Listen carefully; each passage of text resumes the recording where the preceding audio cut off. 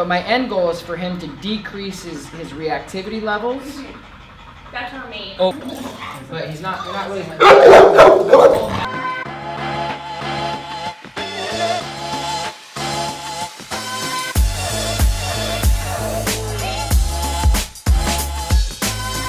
Hello everybody and welcome back to the coolest dog training channel right here on YouTube. I'm Tom Davis, America's Canine Educator.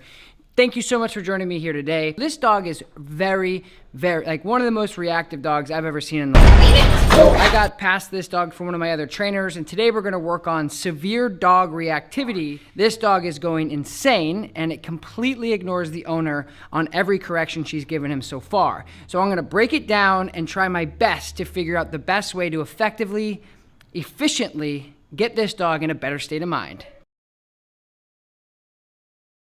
Okay, so go ahead and heel back this way. Let's try it again. Leave it. Yes. Good, leave it. Off.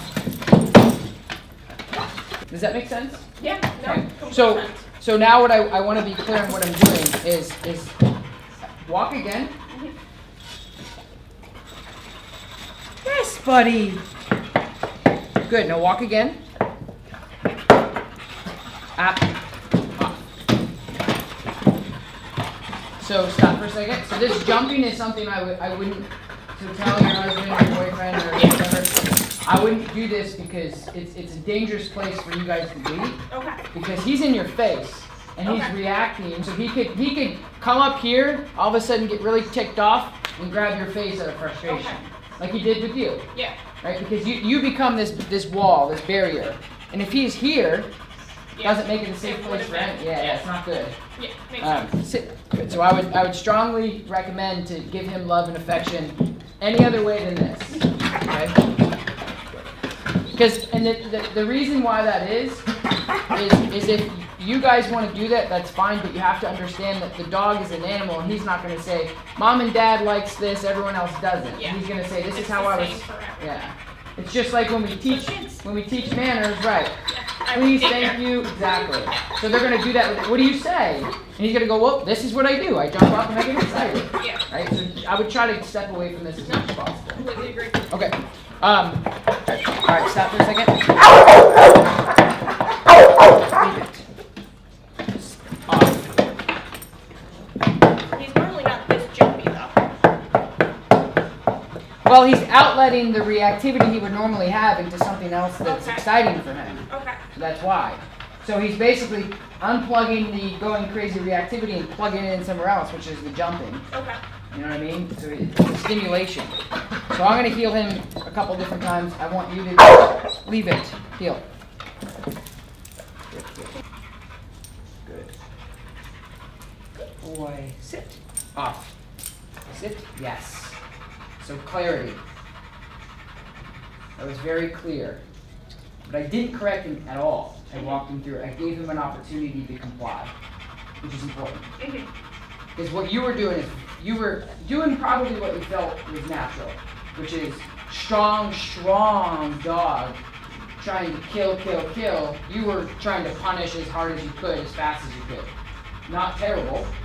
However, in this case, you could drop an atom bomb in this dog and it's not going to stop. You have to get into him mentally in order, so before I was seeing a lot of like yanking, and that just revs him up. Yeah. You know what I mean? Like a drunk person aggravated and wants to fight.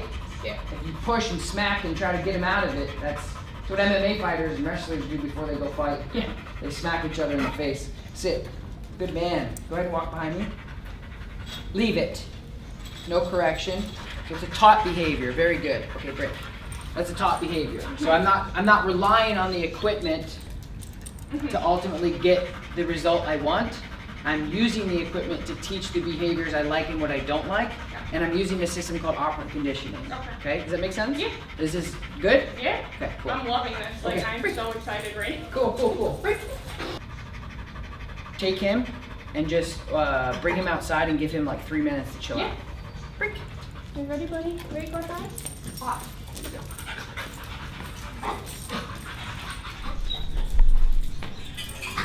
We're gonna try this with another dog.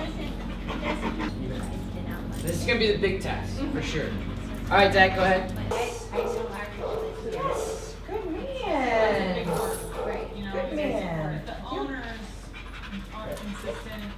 So he's avoiding the dog. Leave it. Work in is a big part of. Good. training the So I want him to be a bit exploratory. So he's looking, I'm gonna break him. Good boy. Yes, buddy. And rewarding him with food.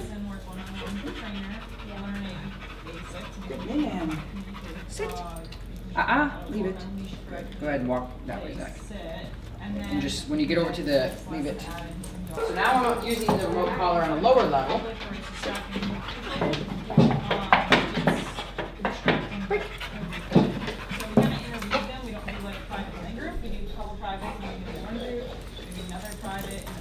Place. So that you work hard and all went well, and you come back in the private lesson and kind of go right to what we wanted to do. Yep. Yep. Good man. Yep. Two a minute ago. Yes. So the important thing is we're using a calmer dog too. See? So that makes a huge difference. So, Place. group or private lessons are scheduled Monday through Saturday. Both are about 45 minutes to an hour long. Good. Good job, buddy. Yeah. Good job. Alright, I'm gonna walk around now, okay? They want fire, so you can space them out as far Or as you heel want. him around. And then you want to save it to no problem. Do that. Back this way. Just nice and relaxed. Good. The other way. Probably a couple weeks out. Because But the remote collar is going to be the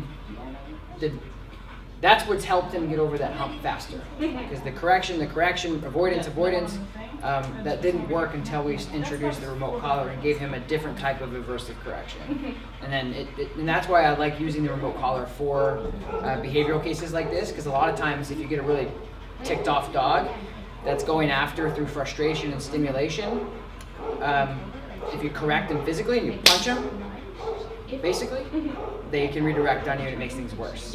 So using the remote collar for severe reactivity to modify a behavior is the most effective, humane, efficient way. Because and now I want to practice on obedience to make sure you're where you need to be with that. And then continuing to do group class and coming in working with Morgan again, but making sure that you're fluent with your e-collar, your remote collar, and making sure that your remote collar is of good manufacturing value. Yeah, that's the $20 one off Amazon. Yeah. So probably not. Yeah, because so sometimes they are good for a short amount of time, but they're not going to be consistent, and they can shut off and they can stop working, and the numbers may not be consistent. So that's why I really suggest people using a really nice collar. Like in this session, it's the Dogtra 280C. It's small, it's compact, and it's also got a lot of punch for the vibrates. The vibrate's really significant. So just using that pager, the dog goes rah, you go brrr, he goes oh. Yeah. You don't have to pull, you don't have to yank, you don't have to yell, you don't have to scream. It doesn't really affect him in the sense of getting him more stimulated. It just kind of deactivates the reactivity. So yeah, cheap collars. It's just like with food. Yeah. It's like there's the McDonald's 99-cent burger, and then there's the $15 bistro burger. Yeah. So same thing, fills you up, but you're getting what you pay for. Yeah. You know what I mean?